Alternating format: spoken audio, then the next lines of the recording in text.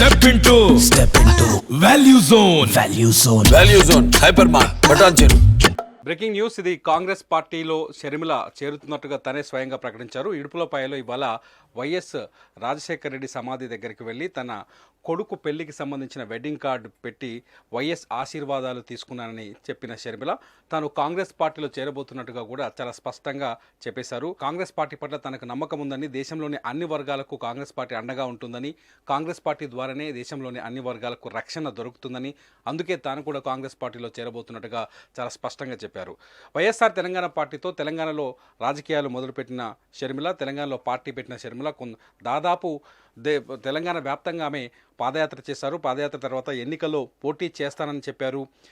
BRS ప్రభుత్వం పైన, అప్పటి బీఆర్ఎస్ ప్రభుత్వం పైన అనేక ఆరోపణలు చేశారు. అంతేకాదు ఎన్నికలకు ముందు అభ్యర్థులను కూడా ప్రకటించే స్థాయికి వచ్చిన షర్మిల అనుకోని విధంగా తన ఎన్నికల్లో తాను పోటీ చేయకుండా ఎన్నికల నుంచి బయటకు వచ్చారు.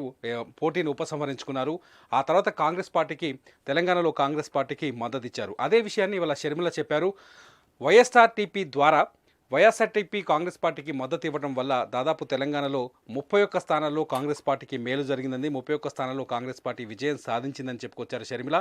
ఆ కృతజ్ఞత కాంగ్రెస్ పార్టీకి తన పట్ల ఉందని, తనకు కూడా కాంగ్రెస్ పార్టీ అంటే ఇష్టం ఉందని, అందుకనే కాంగ్రెస్ పార్టీలో చేరబోతున్నట్టుగా చెప్పారు. షర్మిల చేసిన ఈ ప్రకటన నిజంగా తెలంగాణలో కావచ్చు, అటు ఆంధ్రలో కావచ్చు ఒక సంచలనం అని చెప్పాలి. ఎందుకంటే షర్మిల బ్యాక్గ్రౌండ్, షర్మిల కుటుంబం కూడా, నేపథ్యం కూడా కాంగ్రెస్ పార్టీదే. ఇప్పుడు వైఎస్ జగన్మోహన్ రెడ్డి ఎప్పుడైతే సిబిఐ కేసులు కావచ్చు, ఆ తర్వాత జరిగిన పరిణామాలతో జగన్ జైలుకి వెళ్ళడం, ఈ పరిణామాలన్నింటి తర్వాత జగన్ బయటకు వచ్చి వైఎస్ఆర్ కాంగ్రెస్ పార్టీని ఏర్పాటు చేశారు. ఆ తర్వాత ఆంధ్రప్రదేశ్ 8 సంవత్సరాల్లోనే ఆయన ఆంధ్రప్రదేశ్లో అధికారంలోకి వచ్చారు.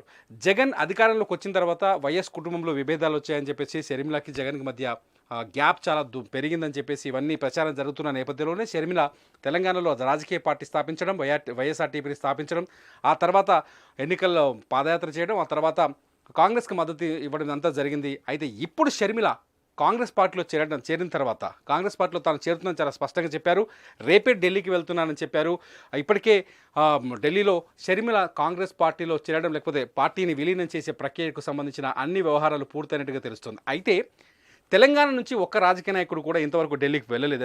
ఎందుకంటే షర్మిల చేరుతుంది తెలంగాణ కాంగ్రెస్లో కాదు, కాంగ్రెస్ పార్టీలో చేరినప్పటికీ తెలంగాణ నుంచి తాను రాజకీయాలు చేయబోరు, ఇక ఆంధ్రప్రదేశ్ నుంచి తన రాజకీయ ప్రస్థానం మొదలవుతుందనే ప్రచారం మొదలైంది. ఎందుకంటే ఇప్పటికే ఆంధ్రప్రదేశ్కి సంబంధించిన దాదాపు 40 మంది కీలకమైన కాంగ్రెస్ నాయకులు ఢిల్లీలో ఉన్నారు. షర్మిల పార్టీని విలీనం చేసే ప్రక్రియనంతా వాళ్ళంతా దగ్గరుండి ఏర్పాటు చేస్తున్నారు, వాళ్ళే చూస్తున్నారు. 4వ తేదీన షర్మిల తన పార్టీని కాంగ్రెస్ పార్టీలో విలీనం చేయబోతున్నట్టుగా తెలుస్తుంది. అయితే షర్మిలకి కీలకమైన పదవే, ఏపీ కాంగ్రెస్లో కీలకమైన పదవి ఇచ్చే అవకాశాలు కనిపిస్తుంది. ఆ పదవి ఏదో కాదు, ఆంధ్రప్రదేశ్ పిసిసి ప్రెసిడెంట్ బాధ్యతల్ని షర్మిలకు అప్పజెప్పబోతున్నారని కూడా చాలా స్పష్టంగా అర్థమవుతోంది.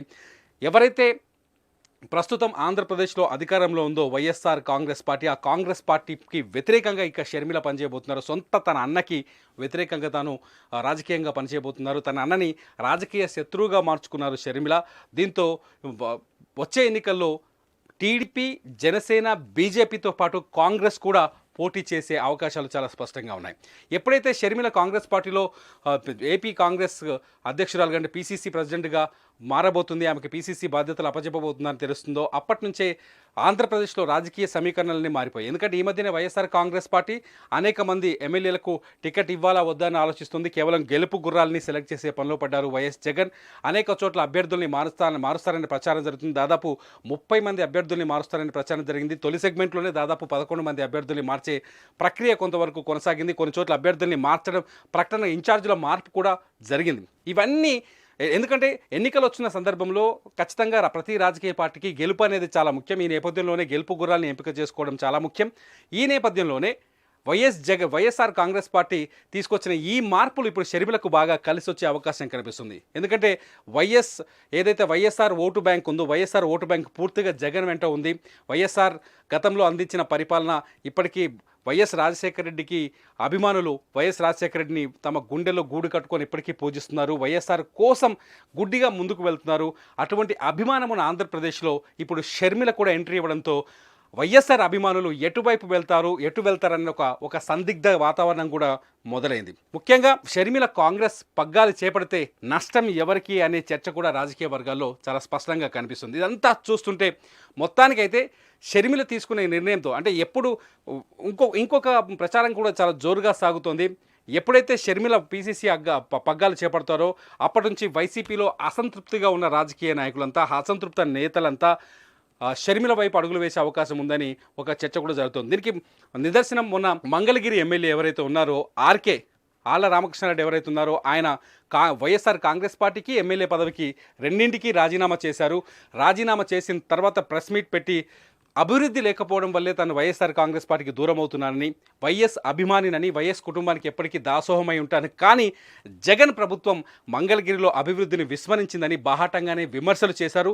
అదే సందర్భంలో తను షర్మిల కాంగ్రెస్ పార్టీలో చేరితే తను షర్మిల వెంట ఉంటానని కూడా ప్రకటించేశారు.